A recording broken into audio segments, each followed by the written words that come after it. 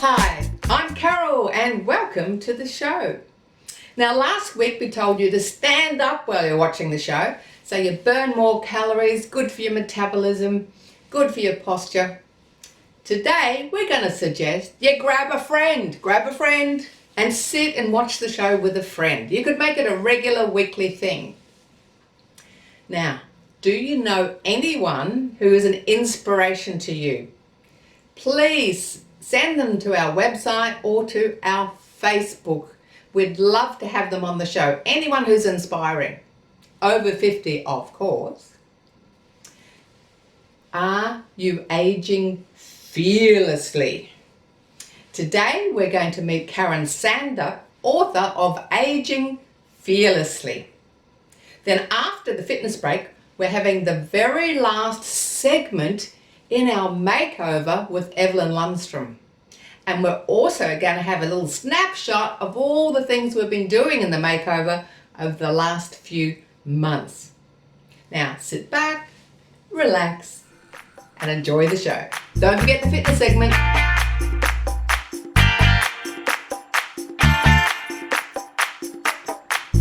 Today we're going to be chatting to Karen Sander from Aging Fearlessly.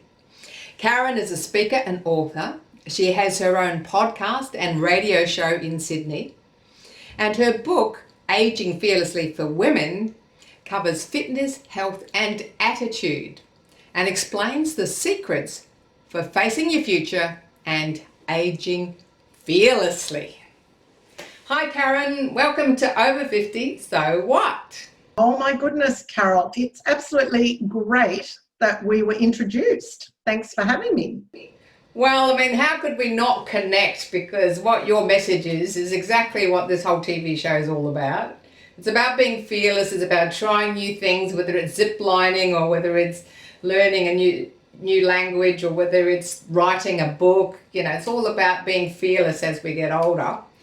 And you've got a podcast, you've got a radio show, and you've written this fabulous book. How did you get on this journey, aging fearlessly? You know, when you just stumble into things, and I think life is a series of stumbles. Sometimes it's just I was going in a direction that I wasn't happy with, and I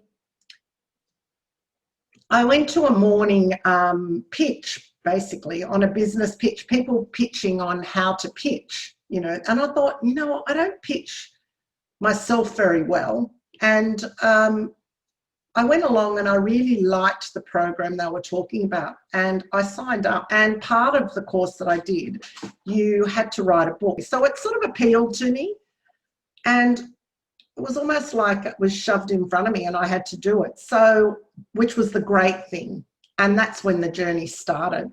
So you've got in the book health, fitness, attitude, regeneration. How did you come up with all of that material, and who's the book targeted at? Well, I always said that the book was targeted for women. I know a couple of doctors interviewed me on their radio programs a year or two later, and they said there's so much in here that men should read and understand, even though the title is Aging Fearlessly for Women, Don't Be Defined by a Number. So 6 years ago, I was 58 when I started writing this, and I was a very active, interested 68-year-old. And I thought, well, what are the things in my life that I think help me to live the best life that I'm living? And these were how the chapters came up. I think when I started to write about the fifth section of Unplug, Rekindle, Regenerate, I found myself on a farm in Thailand with a friend, and there was nothing there. We didn't have access to the internet, phones, anything, and it was just so wonderful. And I thought, this is what regenerating is about. So just little things in my life, like the physical, the fitness. I was pole dancing at the time and trying aerial silk. So I was very curious about a lot of things, and I wanted to encourage women to be curious about things. Now, you say that the secret to aging fearlessly comes from within. So, have you got all the secrets in this book? Can you tell us some of these secrets? I always say that it's about how you present yourself, but how you present yourself on the outside helps how you feel on the inside. But I think things like smiling, like educating yourself and continuing education. I think about complimenting people. I think how putting yourself out into the community.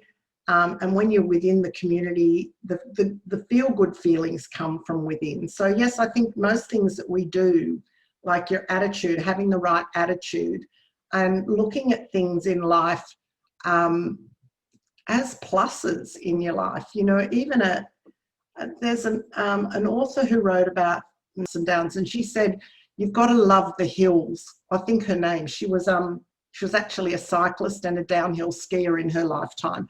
But yeah, so, you've got to love the hills. And I relate that to the ups and downs in life, because we're human and there's lots of ups and downs, and it's how you face those ups and downs.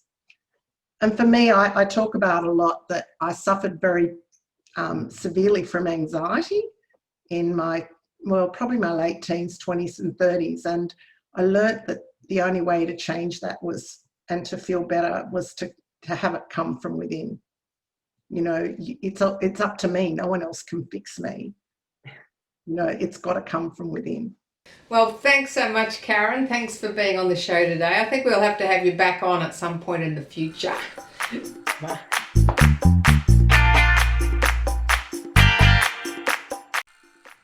Thanks for watching our TV show. Be sure to hit subscribe, and then you'll never miss an episode.